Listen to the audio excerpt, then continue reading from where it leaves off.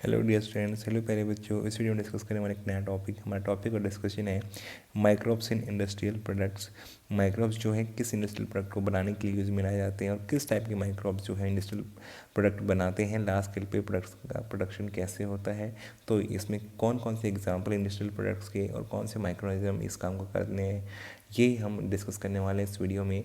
ये exam point of view से बहुत ही इंपॉर्टेंट टॉपिक है कि नीट में यहाँ से क्वेश्चन जनरली आते हैं, आगे भी आते रहेंगे, इसलिए वीडियो बहुत ही इंपॉर्टेंट होगा। एंड तक आपको वीडियो को ध्यान से देखना है, सभी बातें आपको समझ में आ जाएंगी। My name is Deepak Lathar, I am going to explain all this in video. अब वीडियो को शुरू करते हैं। देखो बेटा, हमारा टॉपिक का नाम है माइक्रोब्स इन इंडस्ट्रियल प्रोडक्ट, जो कि चैप्टर है हमारा माइक्रोब्स इन ह्यूमन वेलफेयर। तो किन इंडस्ट्रियल प्रोडक्ट को बनाने के लिए हम माइक्रोब की हेल्प लेते हैं और लार्ज स्केल पे प्रोडक्शन करते हैं। इंडस्ट्रियल स्केल होता है बेटा लार्ज स्केल, जहाँ पे thousands of litre of volume जो है एक साथ प्रोड्यूस की जाती है। तो स्केल को हम क्या बोलते हैं? Industrial scale. और इस स्केल पे काम करने के लिए हमें बड़े बड़े यहाँ पे वेसल्स की ज़रूरत पड़ती है, जो कि थाउजेंड्स ऑफ लीटर वॉल्यूम को हैंडल कर सकते हैं। और जो इस काम को करते हैं बेटा, उनको हम क्या बोलते हैं? Fermenters. They are called as fermenter. तो यहाँ पे जो है ग्रोथ ऑफ माइक्रोब जो की जाती है वो लार्ज वेसल्स में की जाती है, जहाँ पे थाउजेंड्स ऑफ लीटर एक साथ जो है वॉल्यूम लिक्विड को हैंडल किया जाता है। Production on a industrial scale it require fermenter. तो ऐसे वेसल्स को हम क्या बोलते हैं बेटा? They are called as fermenters. They are called as fermenters. तो इंडस्ट्री की बात करें, इंडस्ट्री में आपको पता है लार्ज स्केल प्रोडक्शन किया जाता है, माइक्रोब को यूज़ किया जाएगा। Use to synthesize a number of products valuable, जो कि हमारे लिए काम के हैं, जिसमें से एंटीबायोटिक भी हो सकता है, बीवरेजेस भी हो सकते हैं। तो ये एग्जाम्पल आ जाएगा जो कि ह्यूमन बींग के लिए इंपॉर्टेंट, जैसे कि बीवरेज और एंटीबायोटिक जो है, जिनका लार्ज स्केल पे इंडस्ट्रियल स्केल पे प्रोडक्शन करना है। तो ये माइक्रोब बेस्ड ही प्रोडक्ट है बेटा, दोनों की दोनों। और इनको प्रोडक्शन करने के लिए हमें फर्मेंटर की ज़रूरत पड़ती है। तो व्हाट इज फर्मेंटर, आपको समझ में आ गया होगा। इसमें पहला एग्जांपल हम पढ़ेंगे फर्मेंटेड ब्यूरेजेस। ऐसे ब्यूरेज जो कि फर्मेंटेशन से बनाए जाते हैं, इनके लिए हमें क्या चाहिए बेटा? Raw material sugary solution, sugar containing या कार्बोनेट कंटेनिंग सॉल्यूशन हमारे पास होना चाहिए।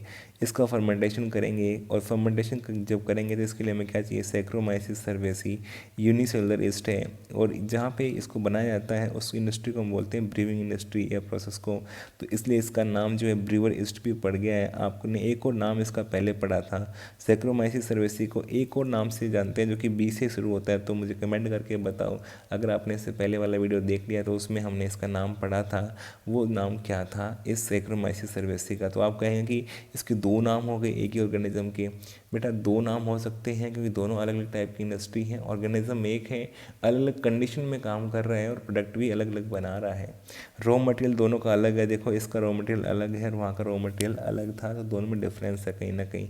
और इससे क्या बनेगा बेटा? अल्कोहल, जिसको आप बीवरेज बोल देते हैं। इसके लिए हम सुगरी सॉल्यूशन के लिए माल्टेड सीरियल भी यूज़ कर सकते हैं बेटा। हम फ्रूट जूसेस को भी यूज़ कर सकते हैं जिसमें शुगर होगी। मोलेसिस को भी यूज़ कर सकते हैं। मोलेसिस क्या होता है बेटा? जो शुगर केन इंडस्ट्री होती है, जहाँ पे शुगर केन क्रश किया जाता है, क्रशिंग के बाद में जो बचता है हम उसको हम क्या बोलते हैं? मोलेस बोलते हैं बेटा। और वो मोस्ट कॉमन सबस्ट्रेट है जो कि ईजिली अवेलेबल है, उसको सबसे ज़्यादा इसको यूज़ किया जाता है फॉर प्रोडक्शन ऑफ एल्कोहल। तो इसलिए आप कॉमनली देखेंगे जहाँ पे शुगर की इंडस्ट्री है उसके आसपास ब्रीविंग इंडस्ट्री भी हो सकता है प्रेजेंट हो। वो इसीलिए क्योंकि मोस्ट कॉमन सबस्ट्रेट उनको मिल जाएगा मोलेसिस, और उसकी फर्मेंटेशन करके वहाँ से क्या बना सकते हैं? एल्कोहल बनाया जा सकता है बेटा। तो यहाँ पे आपको रॉ मटेरियल समझ में आ गया। अब जो ऑर्गेनिज्म है जिसकी बात हो रही है सैक्रोमाइसिस, इसके दो स्पीसीज दिए हुए हैं, सैक्रोमाइसिस इलिप्सोइडेंस और सैक्रोमाइसिस पायरिफॉर्मिस। इसको हम वाइन बनाने के लिए यूज़ करते हैं, इसको वाइन ईस्ट बोल देते हैं इसलिए। और इसको हम जो बियर बनाने के लिए इसको बोलते हैं जिंजर बियर। तो यहाँ पे जो है सैक्रोमाइसिस को अलग अलग स्पीसीज को यूज़ करेंगे तो अलग अलग टाइप के प्रोडक्ट बनाने के लिए। यहाँ पे मैं डायग्राम आपको दिखाया बेटा, ये डायग्राम जो इंडस्ट्रियल लेवल पे फर्मेंटर्स का है, जहाँ पे लार्ज स्केल वॉल्यूम को यहाँ पे हैंडल किया जाता है। और फर्मेंटेशन प्लांट का डायग्राम है जहाँ पे कैसे ऑपरेट किया जाता है, ये सारा यहाँ पे दिया हुआ है एनसीईआरटी में। अब देखते हैं बेटा, अल्कोहल जो प्रोडक्ट बना है वो दो टाइप का हो सकता है on the basis of processing. अगर हम इसकी प्रोसेसिंग ना करनी पड़े, डिस्टिलेशन ना करना पड़े, या इसकी प्रोसेसिंग करनी पड़े, डिस्टिलेशन करना पड़े, उस बेस पे दो टाइप का है। अगर हम डिस्टिलेशन नहीं किया तो इसका एग्जांपल क्या होगा? अल्कोहल का, बियर और वाइन, जिसके अंदर अल्कोहल कंसनट्रेशन लो रहती है बेटा। लो कितना? मतलब 12% से कम। क्योंकि आपको पता है 12% से ऊपर 13% पे अगर चले जाएगी तो इस टब भी वहाँ पे मर जाएगी और फिर टॉक्सिक हो सकती है हमारी अल्कोहल। तो इसलिए 12% से पहले ही इस एल्कोहल को निकाल लिया जाता है, जिसमें हम वाइन आ जाएगा और साथ में बियर आ जाएगा। अगर हम डिस्टिलेशन करेंगे बेटा इसका जो केमिकल प्रोसेस है, तो इससे इसका एल्कोहल कंसनट्रेशन बढ़ जाएगा, तो बोलेंगे हाई एल्कोहल कंसनट्रेशन। इसमें क्या आएगा बेटा, एग्जाम्पल विस्की, ब्रांडी, रम, जिन, वोडका, ये सारे क्या हैं बेटा, डिस्टिल्ड जो है एल्कोहल है, जो कि डिस्टिलेशन करके बनाए जाते हैं और इसमें एल्कोहल कंटेंट बढ़ाया जाता है धीरे धीरे डिस्टिलेशन करके। तो 12% से कम होगा तो विदाउट डिस्टिलेशन बियर, वाइन और उस ये प्रोडक्ट जो है सारे के सारे डिस्टिल प्रोडक्ट आ जाते हैं बेटा। अब हम यहाँ पे देख रहे हैं एग्जाम्पल कैसे आएगा, क्वेश्चन कैसे आएगा, विदाउट डिस्टिलेशन प्रोडक्ट का एग्जाम्पल बताओ और एक डिस्टिलेशन प्रोडक्ट का एग्जाम्पल, कौन सा डिस्टिलेशन से बना हुआ प्रोडक्ट है या कौन सा नहीं है, इस तरह से क्वेश्चन यहाँ पे पूछ लिया जाएगा। देखो हमने डिफरेंट एग्जांपल दिए अल्कोहल के सभी के, और साथ में सभी के सबस्ट्रेट भी लिखे हैं, तो आपको सबस्ट्रेट भी याद करने की कोशिश करनी है और आपको कंसंट्रेशन भी अल्कोहल याद करने की कोशिश करनी है कि क्वेश्चन आ चुका है किसमें 50% मिलता है, किसमें 40% मिलता है या किसमें मैक्सिमम मिलता है, ये ऐसा क्वेश्चन आ चुका है। और मिनिमम मैक्सिमम तो ज़रूरी है ही बेटा। जैसे बियर बनाने के लिए हमें रॉ मटेरियल सबस्ट्रेट क्या चाहिए, बार्ले माल्ट, ठीक है। तो बार्ले माल्ट हमारा सबस्ट्रेट है और कंसंट्रेशन अल्कोहल कितना होती है 3 to 6%, जो कि सबसे कम होती है बियर के अंदर बेटा। फिर आता है वाइन, वाइन जो कि फ्रूट जूसेस से सब्सट्रेट यूज़ करके बनाई जाती है, फर्मेंटेशन करके बनाई जाती है, जिसमें अल्कोहल जो है 9 to 12% होता है बेटा, जो कि नेचुरली विदाउट डिस्टिलेशन के ही यहाँ पे बन जाती है। तो यहाँ पे वाइन भी जो बिना डिस्टिलेशन के बनती है तो 9-12% मैक्सिमम हो सकता है बेटा, जो कि किससे बनती है, फ्रूट जूसेस से बनाई जाती है। इसमें ग्रेप्स भी आ जाते हैं और दूसरे तरह के फ्रूट यूज़ किए जाते हैं, एप्पल को भी कर सकते हैं और भी जितने फ्रूट हैं उनको मिक्स कर सकते हैं, और फर्मेंटेशन करना होता है मेनली उनका। विस्की जो है एक डिस्टिल प्रोडक्ट है बेटा, फर्मेंटेड सीरियल्स इसके लिए यूज़ किए जाते हैं फर्मेंटेशन के लिए, और यहाँ पे कंसंट्रेशन ऑफ अल्कोहल 50% तक हो सकता है विस्की के अंदर। तो विस्की के लिए हम फर्मेंटेड सीरियल्स यूज़ करते हैं और कंसंट्रेशन अप टू 50% तक हो सकता है, जो कि काफ़ी ज़्यादा है नॉर्मल वाइन से। ब्रांडी फ्रूट जूसेस के फर्मेंटेशन से बनती है, वाइन भी फ्रूट जूसेस के फर्मेंटेशन, इसका मतलब हमने वाइन का ही अगर हमने यहाँ पे डिस्टिलेशन कर दिया तो हम 60 to 70% तक बढ़ा सकते हैं बेटा। ब्रांडी के अंदर अल्कोहल कंसंट्रेशन 60 to 70% तक हम जा सकते हैं अगर डिस्टिलेशन कर दिया वाइन का हमने एक तरीके से। रम जो है, रम मोलेसिस के फर्मेंटेशन से बनती है बेटा, 40% तक यहाँ पे डिस्टिलेशन के बाद अल्कोहल कंटेंट होता है मोलेसिस के अंदर। और जिन के अंदर जो ड्राई मॉल्ट के फर्मेंटेशन से बनती है, इसमें 40% रहता है। तो दोनों रिम और जिन में जो है बेटा अल्कोहल कंसंट्रेशन सेम है लेकिन रॉ मटेरियल अलग है। रम के लिए मोलेसिस चाहिए हमें, जिन के लिए ड्राई मॉल्ट चाहिए बेटा। दोनों के लिए आप देख सकते हो अलग अलग सबस्ट्रेट की ज़रूरत पड़ती है। वोडका पोटैटो के फर्मेंटेशन से बनाई जाती है बेटा, जो कि 60 to 80% सबसे ज़्यादा हो सकता है वोडका के अंदर। दूसरे नंबर पे आ जाएगा इससे कम ब्रांडी, और फिर उसके बाद विस्की, और फिर रिम और जिन आ सकता है बेटा। तो इस तरह से आपको मैक्सिमम तो याद रखना ही है, मैक्सिमम वोडका में। अगर वोडका ऑप्शन नहीं है तो आपको ब्रांडी आंसर करना पड़ेगा। ब्रांडी भी यहाँ पे आप ऑप्शन नहीं है तो आपको विस्की यहाँ पे आंसर हो जाएगा मैक्सिमम में। तो बेटा आपको याद रखना है सबसे कम किस में है, बियर के अंदर होती है, जिसके लिए हमें यहाँ पे क्या चाहिए, बार्ले मॉल्ट सबस्ट्रेट चाहिए जो कि बनाने के लिए। तो पहला प्रोडक्ट हमारा यहाँ पे हो गया बेटा फर्मेंटेड ब्यूरेजेस, जहाँ पे फर्मेंटेशन करके हम ब्यूरेज या अल्कोहल का प्रोडक्शन करते हैं। नेक्स्ट हम देखते हैं बेटा एंटीबायोटिक्स। ये भी जो है इंडस्ट्रियल स्केल पे प्रोड्यूस किया जाता है, क्योंकि आपको पता है पॉपुलेशन बढ़ती जा रही है तो एंटीबायोटिक्स की डिमांड बढ़ती जा रही है। बहुत सारे ट्रीटमेंट जो हैं वो एंटीबायोटिक बेस्ड हैं, बहुत सारे डिजीज़ हम ट्रीट कर पा रहे हैं जो कि ट्रीटमेंट हमें पहले पॉसिबल नहीं था। अब इसलिए पॉसिबल हो गया है, जब से हमने एंटीबायोटिक का डिस्कवर किया है तो बहुत सारे डिजीज़ के ट्रीटमेंट पॉसिबल हो पाए हैं, और इसलिए डिमांड भी ज़्यादा है और इसलिए मोर्टलिटी रेट भी कम हुआ है, कहीं ना कहीं पॉपुलेशन ग्रोथ ज़्यादा भी हुई है इसलिए। तो एंटीबायोटिक्स क्या है बेटा, व्हाट इज़ एंटीबायोटिक्स, ये हम डिस्कस करने वाले हैं। तो एंटी का मतलब against Biot means life, against life है ये। अगेंस्ट लाइफ किसके हैं बेटा, माइक्रोब्स के, क्योंकि ये ऐसे केमिकल हैं जो एक माइक्रोब बनाता है और दूसरे माइक्रोब को मारने के लिए। तो against the life of disease causing microbe के अगेंस्ट है, हमारी लाइफ के लिए अगेंस्ट नहीं है। हमारे लिए तो ये प्रो लाइफ है, फ़ायदा देने वाले हैं बेटा।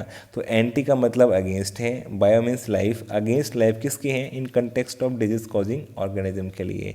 हमारे लिए रेफरेंस टू ह्यूमन बीइंग हमारे लिए क्या हो जाएंगे, या किसी ऑर्गेनिज्म के लिए क्या हो जाएंगे antibiotics, pro life, they not against, हमें तो फ़ायदा देने वाले हैं बेटा, हमें नुकसान नहीं करते ये एंटीबायोटिक्स। ये one of the significant discoveries है बेटा 20th सेंचुरी की जो हुई थी। 20th सेंचुरी में तो सबसे बड़ी डिस्कवरियों में से एक से इसलिए वजह से हमारा जो है वेलफेयर हुआ है, हमारी सोसाइटी का बहुत सारे डिजीज़ का हमने ट्रीटमेंट यहाँ पे ढूंढ दिया है। ये जो डिस्कवरी हुई थी बेटा, ये चांस डिस्कवरी हुई थी एक्चुअली। जो एंटीबायोटिक है बेटा वो केमिकल सब्सटेंसेस हैं, ये भी हम पढ़ चुके हैं, which are produced by the some microbes that kill और retard the growth of other disease causing microbes. ये एग्जाम में क्वेश्चन भी आ सकता है, आपको ये यहाँ पे डेफिनेशन लिख देगा कि chemical substances which are produce by some microbe और किल और retard the growth of other disease causing microbe is called as antibiotic, that is called as antibiotic. या पूछ लेगा व्हाट इज एंटीबायोटिक, तो डेफिनेशन लिख देगा, उसमें से एक डेफिनेशन करेक्ट ये वाली लिखी होगी। तो एंटीबायोटिक क्या है, आपको एनसीईआरटी में लिखी हुई डेफिनेशन एज इट इज़ याद रखनी है। अगर बोर्ड का एग्जाम देना तो वहाँ पर भी आ सकता है व्हाट इज एंटीबायोटिक्स और गिव एग्जांपल ऑफ एंटीबायोटिक्स या explain discovery of penicillin, first antibiotic. तो फर्स्ट एंटीबायोटिक जो डिस्कवर हुई थी बेटा वो कौन सी थी, पेनिसिलिन। ये क्वेश्चन भी आ चुका है। तो पहली first discovered antibiotic was penicillin. Penicillin जो थी ये ट्रांस डिस्कवरी थी, ये कौन सी ने डिस्कवर हुई थी, अलेक्जेंडर फ्लेमिंग ने डिस्कवर किया था। ये भी क्वेश्चन आ चुका है बेटा कि किसने डिस्कवर किया था फर्स्ट एंटीबायोटिक को, अलेक्जेंडर फ्लेमिंग ने। कौन सी डिस्कवर हुई थी, पेनिसिलिन एंटीबायोटिक फर्स्ट डिस्कवर हुई थी। ये काम किस पे कर रहे थे, बैक्टीरिया पे काम कर रहे थे। किस पे, स्टेफाइलोकोकस या स्पेरिकल बैक्टीरिया के ग्रुप के ऊपर काम करे, स्टेफाइलोकोकस के ऊपर। स्टेफाइलोकोकस के ऊपर या बैक्टीरिया के ऊपर काम कर रहे थे। इन्होंने देखा कि वहाँ पे जो एक अनवॉश्ड कल्चर अपना छोड़ गए थे प्लेट, और उस पर देखा कि जो है नेक्स्ट टाइम जब आए तो उसमें एक मोल्ड या कुछ अलग ऑर्गेनिज्म ग्रो कर रहा है। इनका यहाँ पे अनवॉश्ड कल्चर प्लेट में बैक्टीरिया ग्रो नहीं कर पाया था। तो इन्होंने देखा कि जो स्टेफाइलोकोकस ग्रो नहीं कर पाई थी, लेकिन एक मोल्ड ग्रो कर गई है वहाँ पे, एक दूसरा ऑर्गेनिज्म ग्रो कर गया है, और उससे केमिकल बनाया जिसकी वजह से उसने स्टेफाइलोकोकस को ग्रो नहीं करने दिया। तो इन्होंने यहाँ से ही पेनिसिलिन की डिस्कवरी की थी और बताया था कि पेनिसिलियम नोटेटम जो था, ये यहाँ पे पेनिसिलियम नोटेटम जो था ऑर्गेनिज्म, इसके ग्रो करने से एक केमिकल बना और उस केमिकल का नाम पेनिसिलिन इसीलिए दिया गया क्योंकि पेनिसिलियम जो है नोटेटम ने बनाया था। तो इसलिए यहाँ पर जो है स्टेफाइलोकोकस ग्रो नहीं कर पाया। और तो इस ये बाद में पता लगा कि जो इसके द्वारा बनाया गया केमिकल था फंगस के द्वारा, पेनिसिलियम नोटेटम के द्वारा, इसी केमिकल ने जो स्टेफाइलोकोकस को ग्रो नहीं करने दिया था। और ये डिस्कवरी हुई थी बेटा, और ये डिस्कवरी बहुत सिंपल थी बट चांस डिस्कवरी थी। इससे पूरे वर्ल्ड की जो है आगे की कहानी बदल गई। लेकिन इसका फुल पोटेंशियल जो है, इसको कैसे कैसे हम कहाँ कहाँ पे यूज़ कर सकते हैं एज इफेक्टिव एंटीबायोटिक, ये जो है ये किसने इस्टेब्लिश किया, जो कि बाद में बताया गया था बेटा, अर्नेस्ट चेन और होवार्ड फ्लोरे। इन्होंने ये बताया कि कैसे एंटीबायोटिक जो है पेनिसिलिन कितनी इफेक्टिव है, कैसे यूज़ कर सकते हैं, किसके अगेंस्ट यूज़ कर सकते हैं, क्योंकि माइक्रोब के अगेंस्ट यूज़ कर सकते हैं। तो अर्नेस्ट चेन और होवार्ड फ्लोरे ने ये सब प्रूव करके दिखाया था एक्सपेरिमेंटली, और इसलिए इनको नोबेल प्राइज़ भी मिला था इन डिस्कवरी के लिए बेटा, जो कि फिजियोलॉजी में था, 1945 में मिला था इनको। तो इसीलिए जो है ये one of the significant discovery होगी 1945 में 20th सेंचुरी की।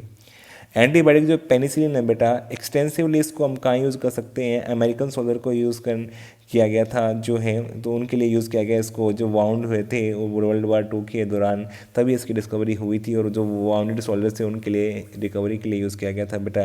तो कितनी इंपॉर्टेंट डिस्कवरी बन गई पूरे वर्ल्ड के लिए, आप देख सकते हैं। Other antibiotics purified from other microbes से जो मिलती हैं, जो कि डेडली डिजीज़ के ट्रीटमेंट के लिए यूज़ की जा रही है आजकल। जैसे प्लेग को भी कंट्रोल किया जा सकता है एंटीबायोटिक से, वोपिंग कफ, काली खांसी को भी कंट्रोल किया गया है, डिप्थीरिया, गलघोटू को भी, जिससे जो कि इसमें से फेमाइन कॉजिंग होता था बेटा, और एक तरह से महामारी का कारण बनते थे, लेप्रोसी, कुष्ठरोग बेटा, ये सब अब ट्रीटेबल है। ये सब के लिए एंटीबायोटिक अवेलेबल है, जो कि मिलियंस ऑफ लोगों को ग्लोब पे मार देते थे क्योंकि एंटीबायोटिक का ट्रीटमेंट अवेलेबल नहीं थी। अब एंटीबायोटिक का ट्रीटमेंट अवेलेबल है, इसलिए जो है लेप्रोसी हो या डिप्थीरिया हो, गलघोटू हो, या फिर जो है वोपिंग कफ, काली खांसी हो, इन सब से बहुत कम डेथ होती है। तो एंटीबायोटिक्स जो है बेटा, antibiotics have greatly improve our capacity to treat disease. अब हमारा कंट्रोल ज़्यादा हो गया है, अब डिजीज़ से मरने वालों की संख्या कम हो रही है। और रीज़न सिंपल सा है बेटा, आप बता सकते हैं एंटीबायोटिक डिस्कवरी होने से हमने जो है कंट्रोल पा लिया है बहुत सारी डिजीज़ के ऊपर। तो हमने यहाँ पे बेटा देखा कि microbes in industrial products, 2 product हमने देखे, एक एंटीबायोटिक और दूसरा हमारा क्या था, फर्मेंटेड ब्यूरेजेस। तो जितनी बातें हमने डिस्कस की हैं बेटा एग्ज़ाम में, सब बातें आई हुई है। मैंने साथ साथ आपको बताया क्या क्या बातें कैसे आई हुई एग्ज़ाम में, वैसे ही आपको पढ़ते हुए जाना है। तो अगर आप वीडियो को सही से देखेंगे, ध्यान से देखेंगे, तो सब बातें आपको समझ में आ चुकी होंगी। और अगर आप फिर भी नहीं समझ पाए हैं तो मुझे कमेंट करके बता सकते हैं, कोई बात, मैं आपको ज़रूर जो हेल्प करूँगा। मुझे उम्मीद है सब बातें आपको समझ में आ गई होंगी। इससे वीडियो आपको पसंद आया, वीडियो को लाइक करो, कमेंट करो, चैनल पर नए चैनल को सब्सक्राइब करो, अपने फ्रेंड के साथ शेयर करो। Thank you for watching the video.